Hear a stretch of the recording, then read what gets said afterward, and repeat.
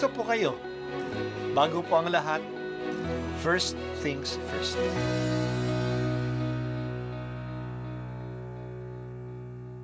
Good morning po. Sinisimulan po natin ngayon ang first things first. At dito po, tinatalakay natin sa unang bahagi ng umaga natin ay ang first readings na binabasa po sa banal na misa. Ito pong tinatalakay natin kasi madalas po marami na tayong alam tungkol sa gospel readings. Pero konti po ang nagsasalita sa first readings. Pero ang first readings, bahagi din po yan ng Biblia, ng banal na kasulatan. Kaya susubaybayan po natin ang mga first readings, basahin po natin at kuminsan kailangan ng basahin ng 2 o 3 beses bago maintindihan kasi hindi po tayo familiar sa mga istorya at sa mga kaisipan na tinatalakay dito. Ang pagbasa mula sa aklat ni Propeta Isaias. Ito ang sinasabi ng Panginoon.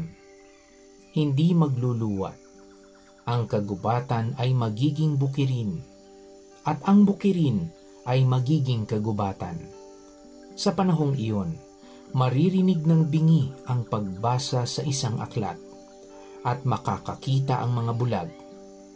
Ang mababang loob ay muling liligaya sa piling ng Panginoon, at pupurihin ng mga dukha ang banal ng Israel, sapagkat ang malupit at mapang-upasala ay mawawala na. Gayon din ang lahat ng mahilig sa kasamaan.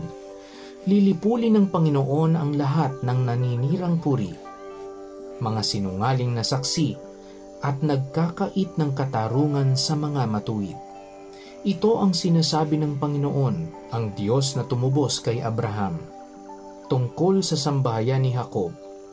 Mula ngayon ang bayang ito ay wala nang dapat ikahiya o ikatakot man. Kung makikita ng kanyang mga anak ang aking mga ginawa, iingatan nilang banal ang aking pangalan. Igagalang nila ang itinatanging banal ni Jacob, at dadakilain ng Diyos ng Israel. Ang mga nalilihis sa katotohanan ay magtatamo ng kaunawaan. Ang mga matigas ang ulo ay tatanggap na ng pangaral. Ang salita ng Diyos. Salamat sa Diyos. Ay, talagang naghahangad tayo ng pagbabago. Hindi dapat tayo makontento sa mga nangyayari sa atin ngayon. Ang mayayaman ay patuloy na yumayaman. Dumadami ang mahihirap at mas nagiging mahirap pa. Sa politika, minamay-ari na ng mga political dynasties ang mga posisyon sa ating bansa. Patuloy ang pagkasira ng ating kalikasan at ang nakikinabang ay mga mayayaman na umaapak sa karapatan ng mga mahihirap at ng mga katutubo. Ganito na lang ba tayo? Hindi ba ito magbabago? Kung titingnan natin ang ating kalagayan, parang wala ng pagbabago. Hawak ng mga mayayaman, ng mga may kapangyarihan, at ng mga taong walang paggalang sa karapatan ng mga mahihirap, hawak nila ang lahat. Ang kapulisan, ang korte, ang kongreso, ang mga businesses, ang gobyerno. Pero hindi. Mayroong Diyos. Ang Diyos na ito ay matuwid. Siya ay nababahala. Siya ay makapangyarihan. Huwag mawala ang pag-asa natin. Babaguhin niya ang ating kalagayan.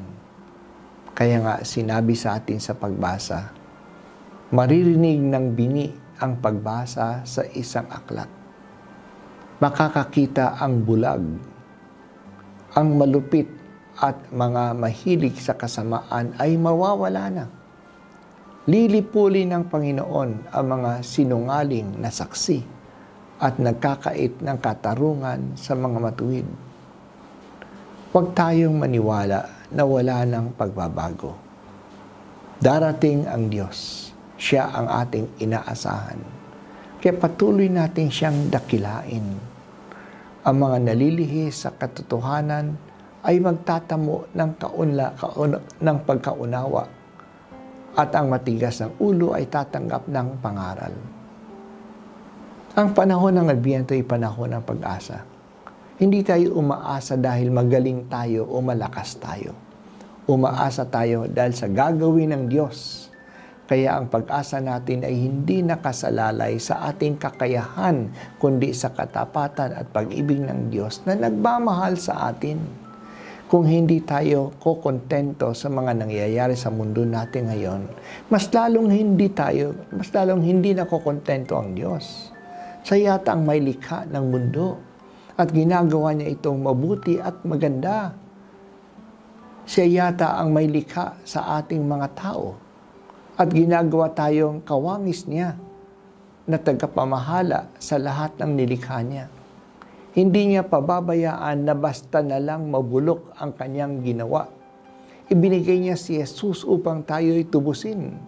Hindi mababaliwala ang pagkamatay ni Jesus. Darating ang kaligtasan. Kaya itaas natin ang ating noo at asahan ang pagliligtas at pagpapanibago na dadalhin ng Diyos. Ito ay ang diwa ng Adbyento. Panginoong Jesus, ipakita mo ang iyong lakas sa iyong pagparito upang ang nagbabantang panganib dahil sa aming pagsuway, kami pagindapatin mong palayain sa iyong pagliligtas sa amin. Panibaguhin mo po ang aming kalagayan. Amen.